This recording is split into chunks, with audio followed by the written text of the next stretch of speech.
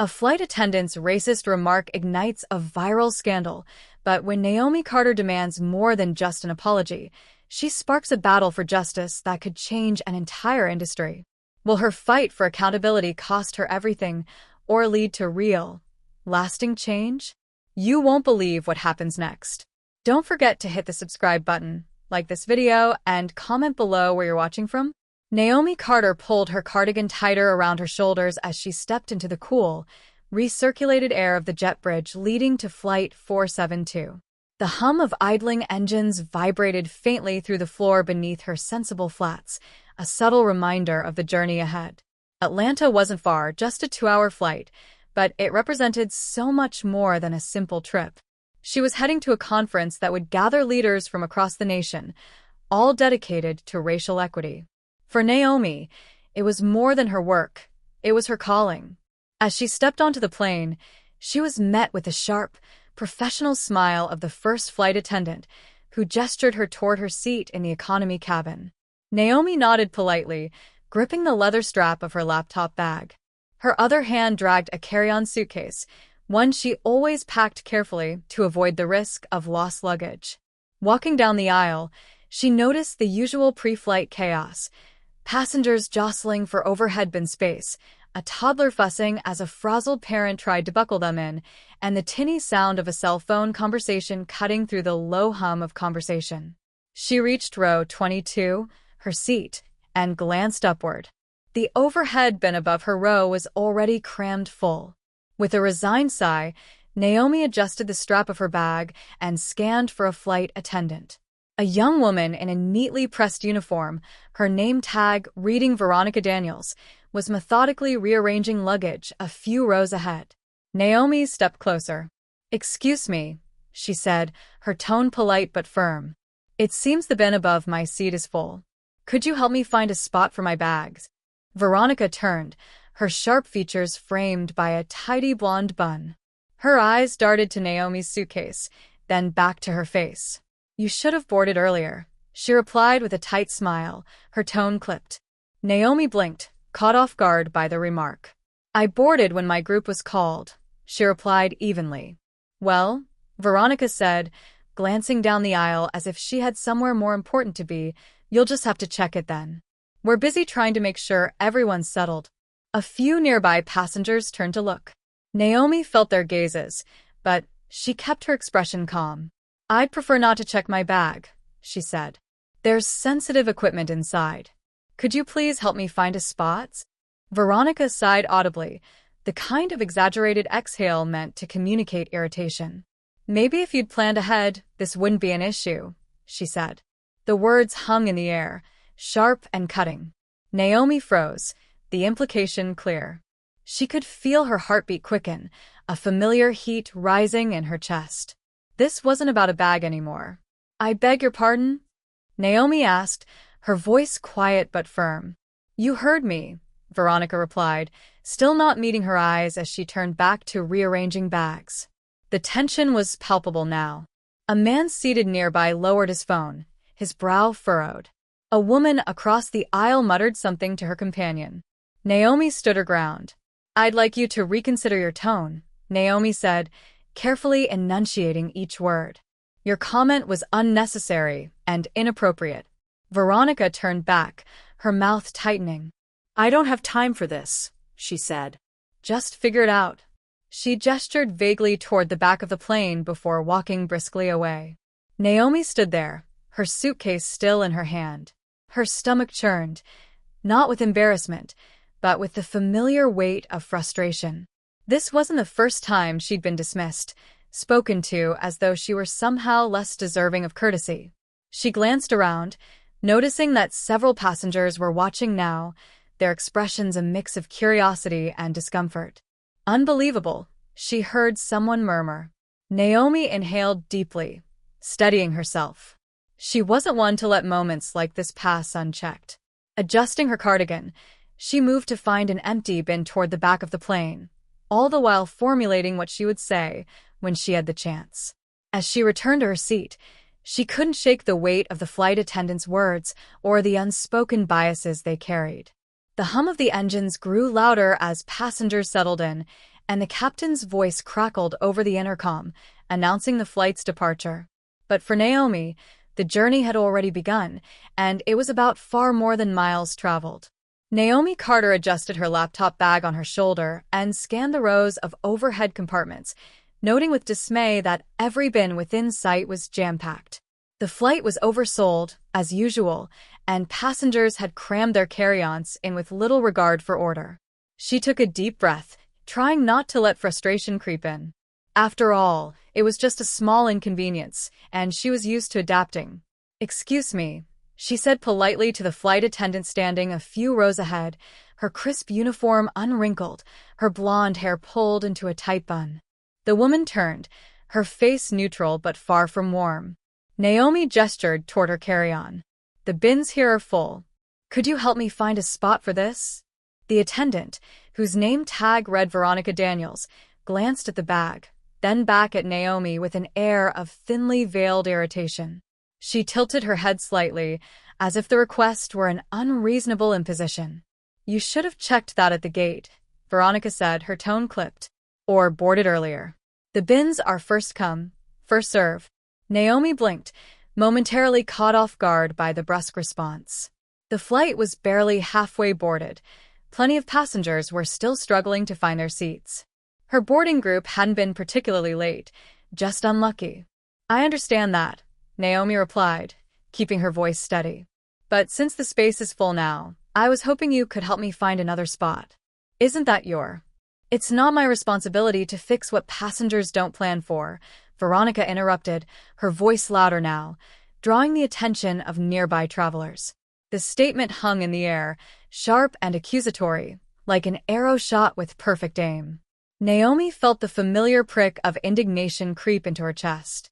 It wasn't just the words, it was the dismissive way Veronica looked at her, an expression that was part annoyance, part condescension, as if Naomi were a child asking for something trivial. "I don't think that was necessary," Naomi said, her tone calm but firm. "I'm simply asking for assistance, not a lecture." A few heads turned. A man seated in the aisle 2 rows back peeked over his newspaper, raising an eyebrow. A young woman across the aisle subtly lifted her phone, angling it toward the scene. Veronica's lips tightened. "Ma'am," she said, in the overly sweet tone used by people who weren't actually being kind, "I have other passengers to attend to. Please find a spot yourself or check the bag." Naomi didn't move. She stood there, her bag still in her hands, her composure intact despite the heat now spreading up her neck.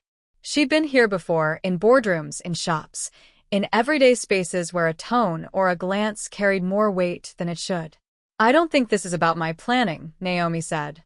"It seems like you've already decided I'm not worth your time." A faint murmur spread through the nearby rows, a ripple of discomfort and intrigue. Veronica's cheeks reddened slightly, but she didn't back down. "I don't have time for this," she snapped, her voice losing its veneer of professionalism. "I'm sure you don't," Naomi replied, her voice unwavering. "But I think the people around us might." She glanced briefly at the passengers watching, some openly, some pretending not to. Veronica stiffened, her eyes darting to the phone held discreetly by the young woman across the aisle. For the first time, she seemed to sense the potential gravity of the moment. "This isn't about you, ma'am," Veronica said, her tone defensive now. Naomi raised an eyebrow. "Oh, I think it is." The tension in the cabin was palpable, an electric undercurrent coursing through the rows. Some passengers looked uncomfortable, shifting in their seats, while others watched intently, silently rooting for one side or the other. Before Veronica could respond, an older man in the window seat nearby spoke up, his deep voice cutting through the awkward silence. "Why don't you just apologize and help her find a spot? Wouldn't that be easier for everyone?" Veronica shot the man a glare, but said nothing. Naomi turned to him, offering a small smile of gratitude. "Thank you," she said, her voice soft but clear. For a moment, it seemed as though Veronica might relent, but instead, she pivoted sharply on her heel, walking briskly down the aisle toward the cockpit. "I'll speak with the captain if this continues," she said over her shoulder. Naomi watched her go, her heart pounding but her expression calm. She felt the weight of dozens of eyes on her, but she didn't flinch. Instead, she slowly lifted her carry-on and placed it in a bin a few rows back, where a kind passenger had made space for her. As she settled into her seat, she caught a glimpse of the young woman with the phone. Their eyes met briefly, and the woman gave her a small nod. Naomi nodded back, her mind already turning over what had just happened and the echoes it might leave behind. The cabin settled into a tense quiet, but Naomi knew the moment was far from over. Naomi leaned back in her seat, exhaling slowly as the plane settled into its cruising altitude. The hum of the engines was a welcome distraction, masking the low murmur of passengers behind her. She focused on the clouds outside her window, their soft, billowy shapes an ironic contrast to the turbulence brewing inside the cabin earlier. Her mind, however, refused to let the incident go. Veronica's dismissive words still lingered, sharp as shards of glass. "Maybe next time, you'll plan better," the flight attendant had said, her tone as frosty as the air-conditioned cabin. The implication, blame, had been crystal clear. Naomi's fingers tapped against the armrest, her nails clicking in a rhythmic pattern. It wasn't the first time she'd faced a moment like this. It was the kind of experience she and so many others had learned to endure silently. But endurance was no longer enough.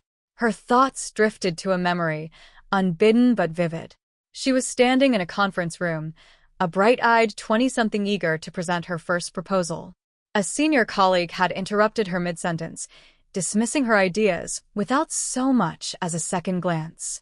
The sting of that moment had lingered, not because of the words themselves, but because of what they represented, a dismissal of her worth. Now, seated thousands of feet above the ground, Naomi felt the same sting. Yet this time, there was an audience. Across the aisle, a teenager angled their phone, the camera pointed toward her. Naomi caught the flicker of the recording symbol on the screen and sighed inwardly. Several other passengers had done the same during her earlier exchange with Veronica, their phones raised like shields or weapons, capturing every word, every look. "Excuse me," she said, leaning slightly toward the teen. "Are you recording me?" The teenager flushed, lowering their phone. No. I mean, I was. But it's not just you.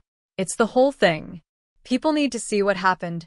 Naomi nodded, unsure how she felt about it. The power of social media was undeniable, but it often came with consequences far beyond anyone's control.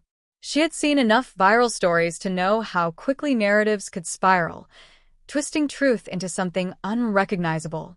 Minutes later, her phone buzzed. She retrieved it from her bag, surprised to see notifications piling up. Curious, she tapped one. The headline read, "Flight attendant's dismissive comment sparks racial tensions mid-flight." Beneath it was a blurry video of her seated, her calm yet firm voice cutting through the hum of the cabin. Naomi's stomach tightened as she scrolled through the comments. Why does she have to make it about race? Just move on. Good for her for speaking up. This kind of microaggression happens every day. The airline better fix this ASAP. Her chest tightened as she read the polarizing opinions. Some were in her corner, voicing solidarity and outrage. Others dismissed her entirely, accusing her of overreacting or seeking attention. Across the aisle, an older woman leaned over. "I saw what happened," she said in a low voice. "You handled yourself well, better than most would. That flight attendant? She owes you an apology." Naomi managed to smile. "Thank you. That means a lot." The woman nodded, glancing around the cabin. People like her, they think they can get away with it. But not today. As the plane hurtled through the sky, Naomi became acutely aware of how quickly events were unfolding. Passengers whispered, their voices tinged with curiosity or disapproval. The videos were spreading, she realized, and with them the story. By the time the drink cart reached her row, she could feel the weight of the cabin's collective gaze. Veronica approached, her face a mask of forced composure. She offered Naomi a soda, without meeting her eyes. "Thank you," Naomi said evenly, accepting the drink. Veronica hesitated, her lips twitching as if she wanted to say something. But then she moved on, leaving Naomi to wonder if the flight attendant had seen the videos, or if she even cared. As the hours stretched on, Naomi couldn't shake the growing sense of unease. It wasn't just about her anymore. The story, amplified by social media, had taken on a life of its own. And though she hadn't asked for the spotlight, she knew there was no turning back now. Somewhere in the distance, her phone buzzed again, the screen lighting up with another notification. This one was different. The subject line read, "Urgent. Corporate response in progress." The hum of the plane's engines filled the cabin, masking the whispers that buzzed around Naomi. She leaned her head against the small oval window, staring out at the endless stretch of clouds. A deep breath steadied her, but her mind raced, replaying Veronica's words. The condescension, the lack of acknowledgement. It wasn't the first time Naomi had faced it, but something about this moment felt heavier, as though the weight of every previous instance had crystallized into this one. Across the aisle, a teenager angled her phone toward Naomi, pretending to take a selfie. Naomi caught the reflection in the glass, realizing her earlier confrontation had turned into a public spectacle. "Excuse me," the teenager whispered, leaning in. "That video of what just happened? It's already online. People are blowing it up on Twitter." Naomi blinked. "What video?" The girl tilted her screen to show a shaky recording of Veronica dismissing Naomi, her tone curt and cutting. The caption beneath the post read, "Flight attendant shades a black woman for asking for help. Modern-day discrimination on Flight 472. Comments poured in, some expressing outrage, others disbelief, and a few defending Veronica's behavior. Naomi exhaled slowly, the mix of emotions, anger, frustration, and a surprising hint of vindication, coursing through her. She had always known the power of speaking up, but seeing the world bear witness in real time was surreal. In the heart of the airline's corporate headquarters, a phone buzzed incessantly on Edward Blake's mahogany desk. The CEO glanced at the screen, irritation flickering across his face. "What is it now?" he muttered, swiping to open the message. It was a forwarded link to the video, along with a terse note from his PR director. "This is escalating. We need to address it immediately." Edward's irritation deepened as he watched the footage. The flight attendant's tone, the black passenger's composed response, it was a PR nightmare unfolding in real time. He wasn't naive. He knew the optics of this incident could be catastrophic for the airline, especially given their recent campaign touting diversity and inclusion. "Get me the captain of that flight," Edward barked into the intercom. "And prep a statement." "No, scratch that, I'll handle this myself." Mid-flight, the captain's voice crackled over the intercom. "Ladies and gentlemen, this is your captain speaking. We are aware of an incident that occurred earlier in the cabin. Please know that we take such matters very seriously. Rest assured, the airline will be conducting a thorough investigation upon landing. Thank you for your patience." The announcement silenced the murmurs momentarily, but Naomi could feel the passengers' collective gaze shift toward her. She met no one's eyes, instead focusing on the tray table in front of her.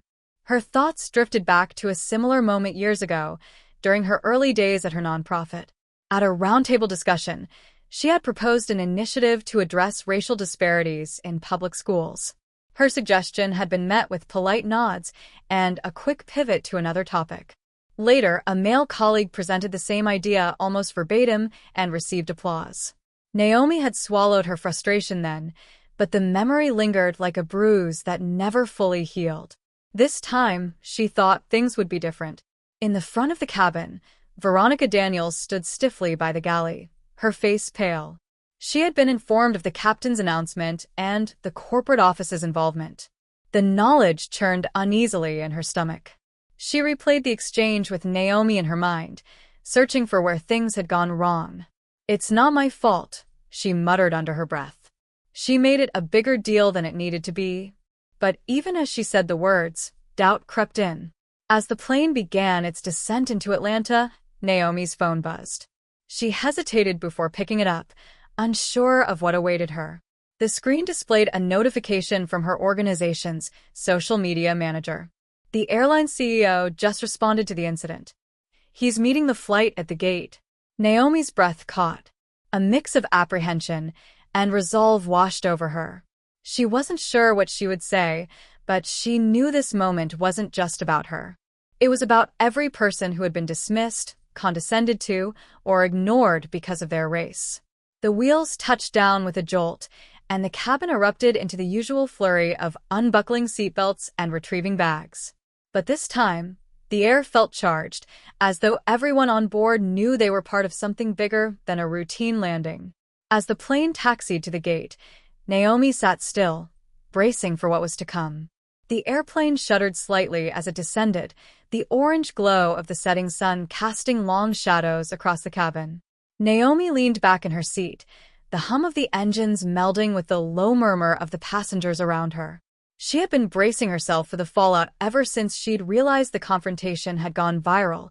She could feel it, like a weight pressing on her chest. Despite the smooth descent, there was no escaping the anxiety that simmered beneath her skin.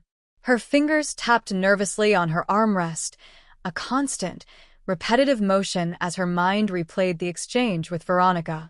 Every word, every facial expression was seared into her memory. Veronica's condescending tone, her refusal to apologize, her shifting blame onto Naomi for not being prepared. It had all felt like a slap, sharp and stinging.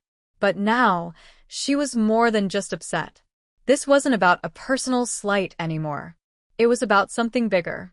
The video had spread so quickly, it was no longer a private dispute between two people. It had become a symbol, a microcosm of the prejudices that too many people faced every single day, but rarely had the courage to call out. As the plane touched down at Hartsfield-Jackson, Naomi felt a jolt in her chest, not from the landing, but from the knowledge that this was just the beginning. Her phone buzzed incessantly in her lap, the screen lighting up with a steady stream of notifications. Texts, tweets, posts, everywhere she looked, people were talking. She couldn't help but check her messages. One text from a colleague read, "I saw the video, Naomi. You handled that so well. Keep pushing for change. This is bigger than just one person." Another from her friend, "Zoe, this is your moment. You've got the world watching." But it wasn't just the encouraging messages. There were others too, snippets of anonymous comments on the video, accusations that she was just looking for trouble, or worse, that she was playing the race card. As the plane taxied to the gate, Naomi's phone buzzed once more, this time with a call. The caller ID read, "Edward Blake, CEO, Soar Airlines." She stared at the screen, her heart pounding as the plane came to a complete stop. "Hello." Her voice was steady, though she could feel the tremor in her fingertips. "Ms. Carter, this is Edward Blake, CEO of Soar Airlines. I'm on my way to the gate to meet the flight. I've just seen the video, and I wanted to personally apologize for the experience you had on board." His tone was firm, yet soft with an air of genuine concern. Naomi felt a mixture of skepticism and relief. The CEO of a major airline wasn't usually the first one to reach out after such an incident. She was cautious, but not dismissive. "I appreciate you calling, Mr. Blake. But apology isn't enough. This is about more than what happened on that flight. It's about accountability." There was a brief silence on the other end of the line. Naomi knew he was processing her words. "Of course," he said finally. "I'll be there shortly. I intend to take action, Ms. Carter. Not just words, but concrete steps." She hung up, still not sure what to expect. There was a knot in her stomach, a fear that the CEO's promises could just be empty rhetoric. She had seen this before, corporate lip service meant to placate public opinion. But a part of her, the part that refused to back down, couldn't help but wonder if this time might be different. The cabin door opened, and Naomi stood up, gathering her things. She felt eyes on her, but she didn't look at anyone. She had a purpose now, and she couldn't let herself be distracted. As she walked toward the terminal, a voice over the intercom caught her attention. "Ladies and gentlemen, we regret to inform you that there is an issue that requires immediate attention. Please remain in your seats." The passengers who had witnessed the altercation shifted uneasily in their seats, some exchanging glances. Naomi stood still for a moment, as a small knot of tension settled in her gut. "What now?" The answer came swiftly. A few minutes later, the door to the jetway opened and Naomi saw him, Edward Blake, in a tailored suit, standing at the entrance, flanked by security and two airline executives. His expression was unreadable, but his presence alone spoke volumes. Naomi took a deep breath and stepped forward. She knew this moment would be pivotal. Either this man would stand up and show that SOAR Airlines was willing to take a real stand against prejudice, or he would disappoint her, just like so many before him. "Miss Carter," Blake said, his voice steady but unmistakably sincere. "I'm terribly sorry for the experience you've had on our flight. Please allow me to personally assure you that we are taking immediate action regarding this incident. We will not tolerate behavior like what you were subjected to." Naomi held his gaze, assessing him, her mind whirring with the possibilities. Immediate action? What does that mean exactly? Blake didn't flinch. He motioned to the two executives behind him. "Veronica Daniels is being escorted off the plane for a review. I've already initiated a thorough investigation into what happened, and I promise you that we will take appropriate disciplinary action. I'd also like to invite you to help us craft new training policies for our staff on race and bias." Naomi's eyes narrowed slightly. She had been prepared for a vague promise, but Blake was speaking with authority. She still felt the sting of what had happened, but there was something in his words that felt genuine. This wasn't a public relations stunt. This was action. "I appreciate the offer, Mr. Blake," Naomi replied, her voice steady but carrying weight. "But I'm not just asking for training. I'm asking for systemic change. Prejudice doesn't just disappear after a workshop. It's in the culture. It's in the hiring. It's in the way customers are treated by your staff, even when they don't have a camera on them." Blake nodded, his face serious. "You're absolutely right. That's why I'm asking you to help us. I want SOAR Airlines to be a leader in this, not just react to isolated incidents. We need to address the culture, and that's a long-term commitment.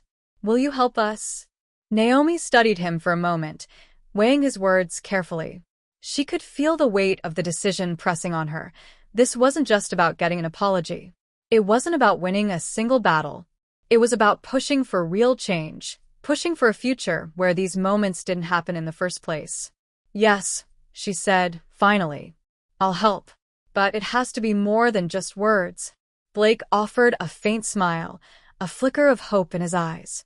"It will be."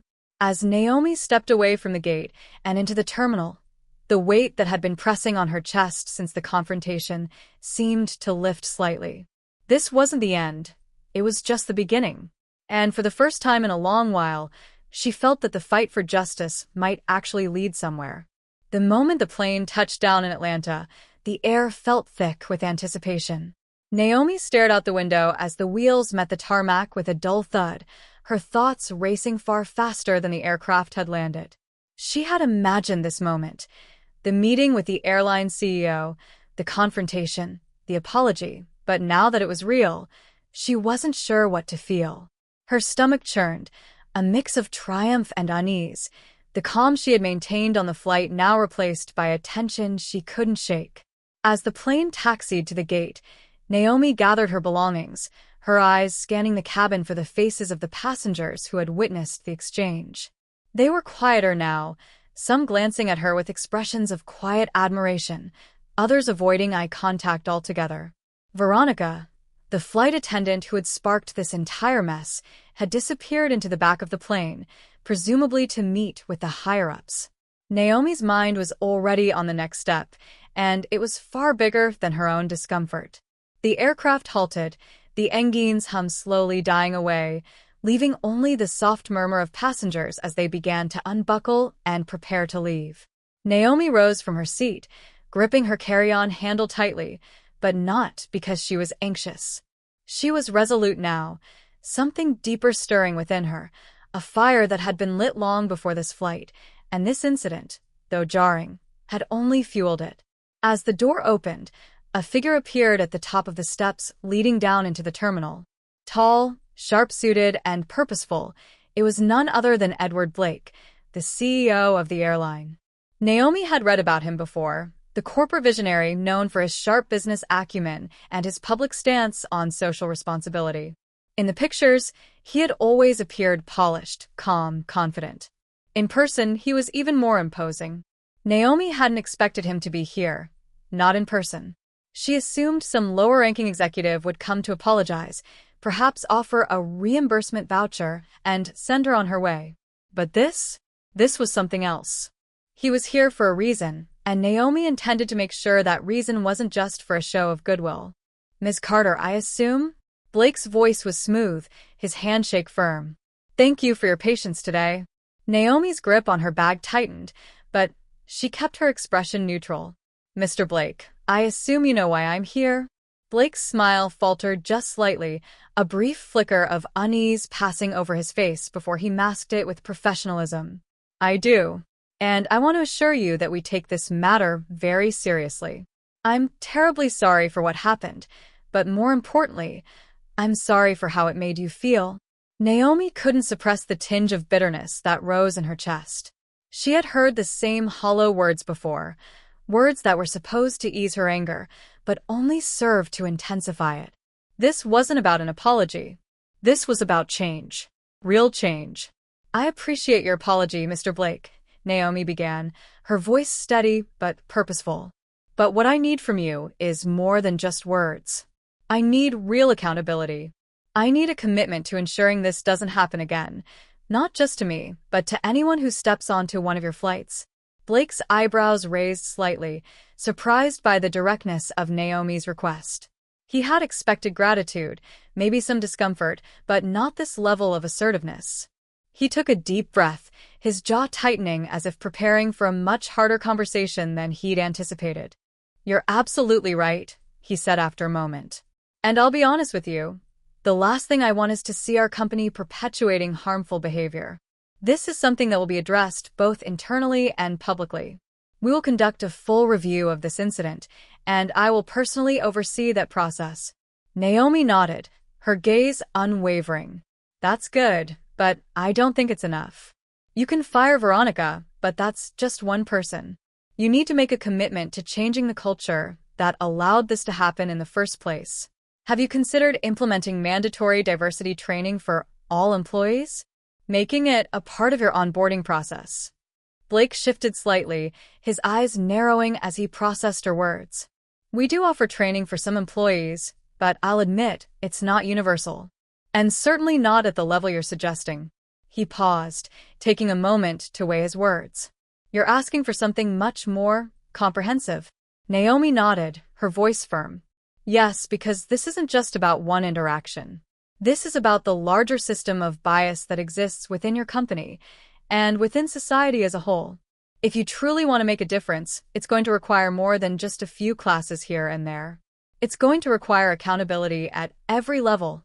Blake was silent for a long moment, his gaze flicking to the side as if considering the weight of Naomi's request.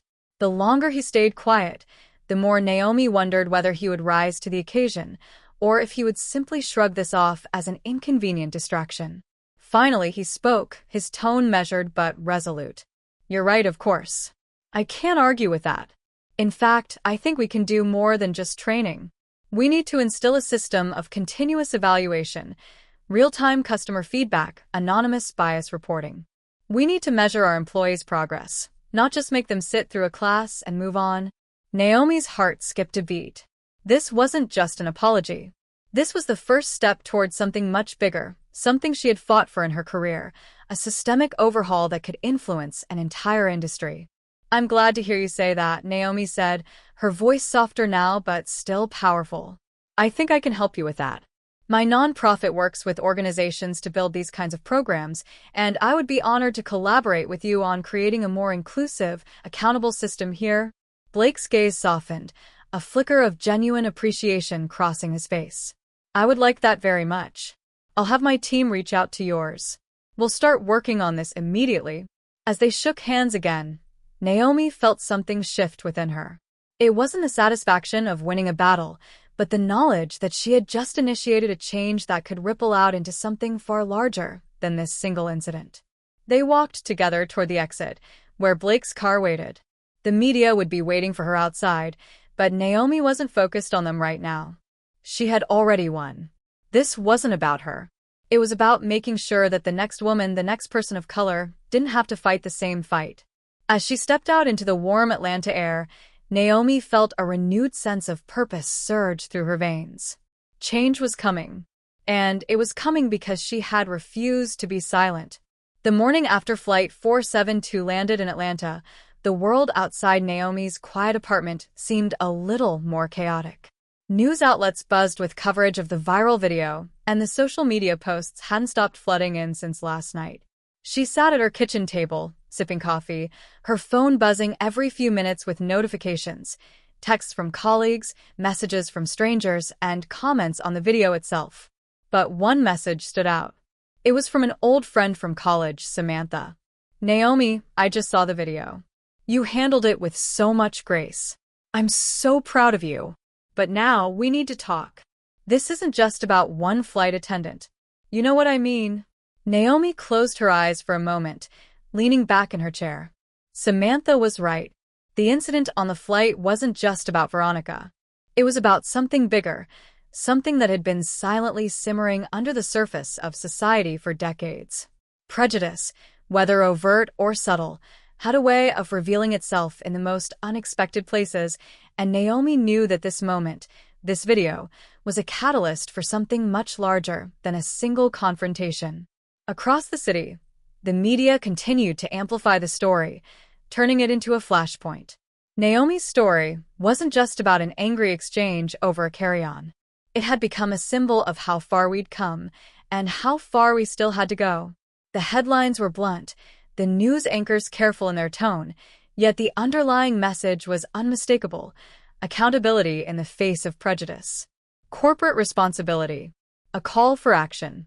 Naomi had been caught off guard by how quickly the video had gained traction, but as the days passed, it became clear that it was no longer just a viral moment. It was a rallying cry for those who'd experienced microaggressions, for those who'd suffered in silence. Naomi had always spoken about racial equity in her work, but this was real. This was personal. In the hours after the incident, as the plane had touched down and Veronica had been escorted off, Naomi had been quiet. The immediate relief of seeing the CEO face-to-face had come with an uncomfortable weight. Was this enough? Was a fired flight attendant the end of the story? Naomi couldn't shake the feeling that something deeper needed to shift, systemic change, not just one isolated act of accountability. She wasn't naive enough to believe Veronica's firing would end the issue. But now, sitting in front of her phone, reading post after post from all corners of the internet, Naomi knew this moment had already made waves. People were talking. Companies were listening. She wasn't just a passenger anymore. She was a part of the conversation. The phone rang, snapping her out of her reverie. It was Edward Blake, the CEO of the airline. Naomi answered, her heart racing in anticipation of his next move.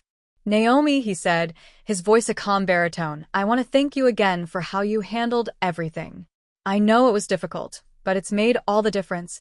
Naomi couldn't tell if it was genuine gratitude or if he was still trying to salvage the company's image. But she appreciated the call nonetheless. "Thank you, Edward. But let's not forget," Naomi said, leaning forward, "this isn't about a single employee. This is about what led to this moment. What will you do next? I want you to think beyond the immediate response. You've fired one employee. Now, we need to change the culture." There was a pause on the other end of the line, but then he spoke again, more thoughtfully this time. "You're right. We've made a decision to start implementing a new policy, immediate diversity and sensitivity training for all staff, not just flight attendants. But that's not enough. I'd like to work with you on something bigger. I want your help on a project that goes beyond training, something that can hold our employees accountable in real time and create a feedback system that's truly anonymous. We need to be proactive, not reactive." Naomi nodded to herself, hearing the sincerity in his words. She'd heard corporate leaders make promises before, but she couldn't ignore the shift in tone. This felt different. "Let's do it," she said. "This is a chance to actually make lasting change, not just a band-aid." As the week unfolded, Naomi found herself in meetings, first with Edward, then with the airline's senior leadership team, and eventually with the public relations department. The narrative was shifting. No longer was it just about her experience on the plane.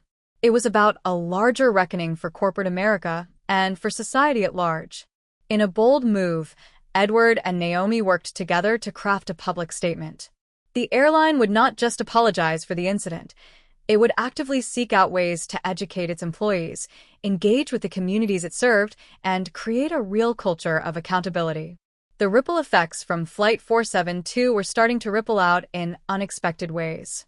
Passengers from the flight, many of whom had been recording the incident and posting online, began reaching out to Naomi. Some were apologetic for not intervening in the moment. Others offered their support, echoing Naomi's calls for systemic change. Even some of the flight attendants, who had previously been silent, reached out to say they felt empowered by Naomi's courage. For Naomi, it wasn't about taking credit. It was about creating the space for others to speak up. The messages of gratitude were humbling, but Naomi knew the fight was far from over. The issue wasn't about one rude employee, nor was it even about one airline. It was about every workplace, every public space, every interaction where prejudice went unchallenged.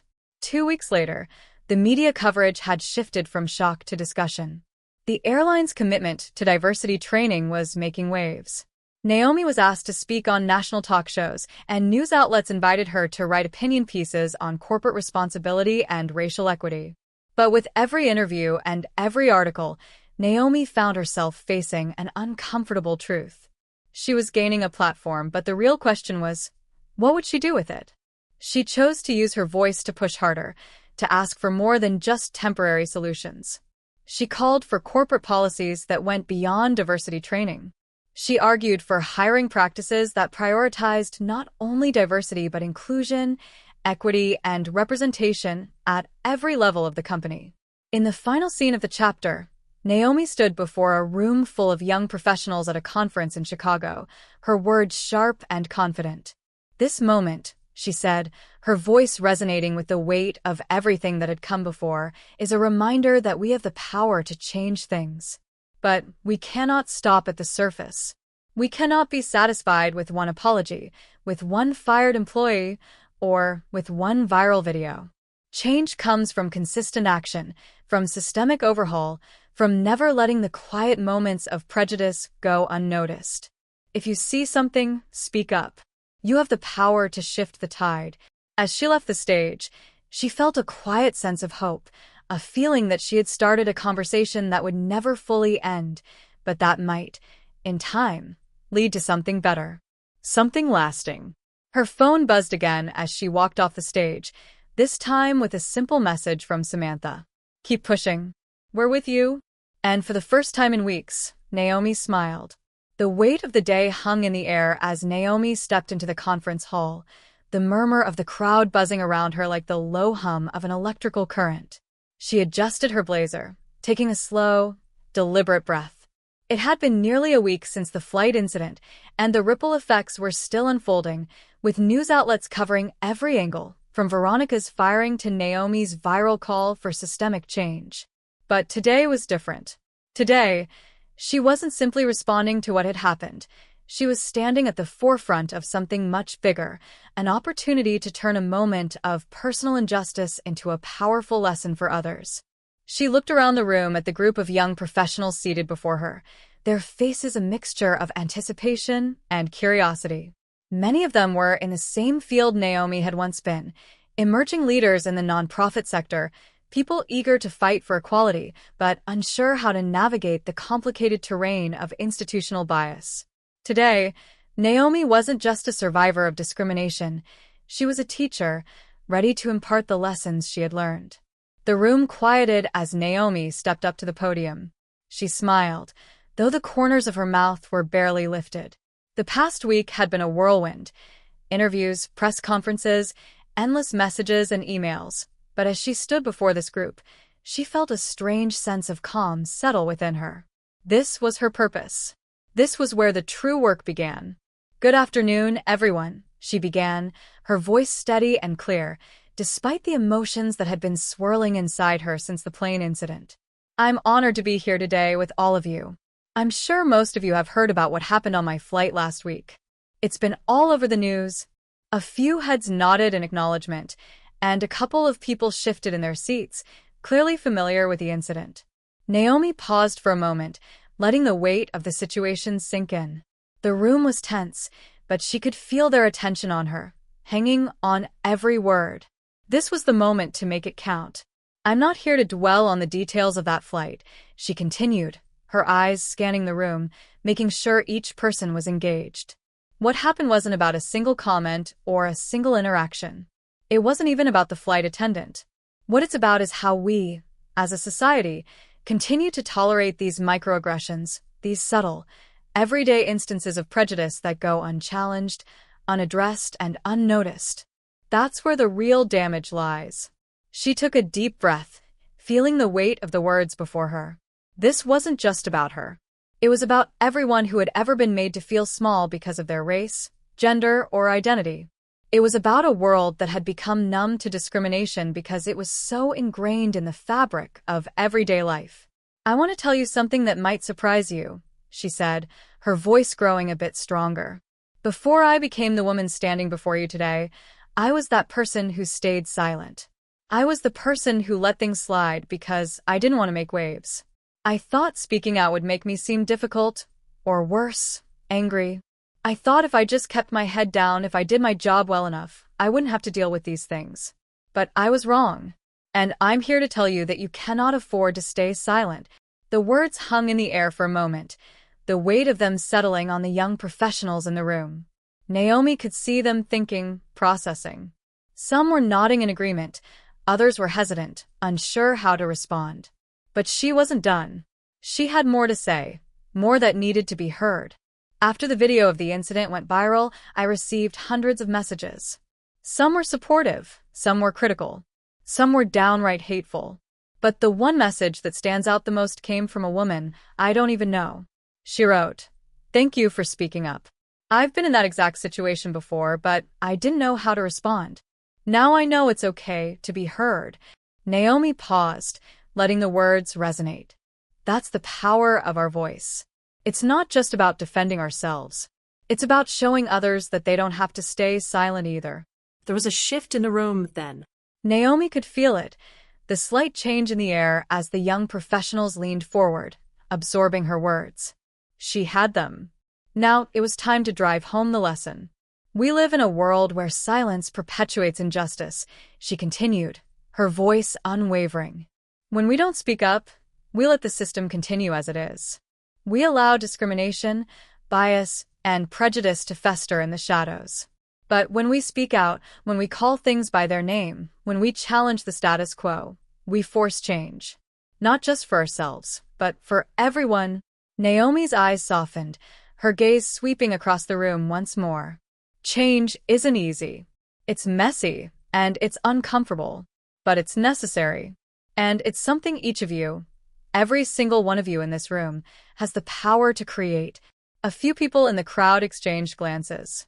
Naomi could see it, the seeds being planted.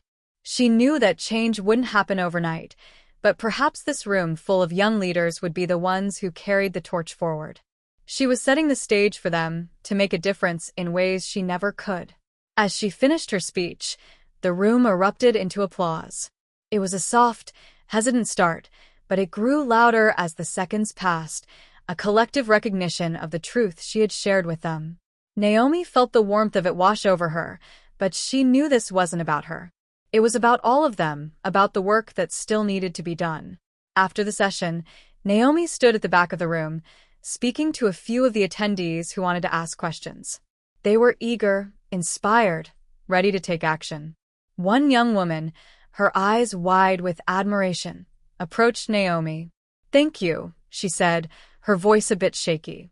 "I've always felt like I couldn't speak out, like I'd be too much. But hearing you, knowing that you've been through this, makes me feel like maybe I can, too." Naomi smiled, a genuine, soft smile that reached her eyes. "You can. And you will." As the day came to a close, Naomi stood on the steps of the conference building, looking out over the city. She had done what she came to do. The words she had shared had landed, and the ripples from that flight incident were only just beginning. But more than anything, Naomi felt the quiet satisfaction of knowing that, in some small way, she had sparked something bigger than herself, a movement that would continue long after the headlines faded. In that moment, Naomi knew that the work was far from over. But she also knew this: every voice mattered. And as long as people like her, people who refused to stay silent, kept speaking up, change was inevitable. Don't forget to like, share, and subscribe for more inspiring stories like this one. Subscribe to our channel for soul-stirring stories.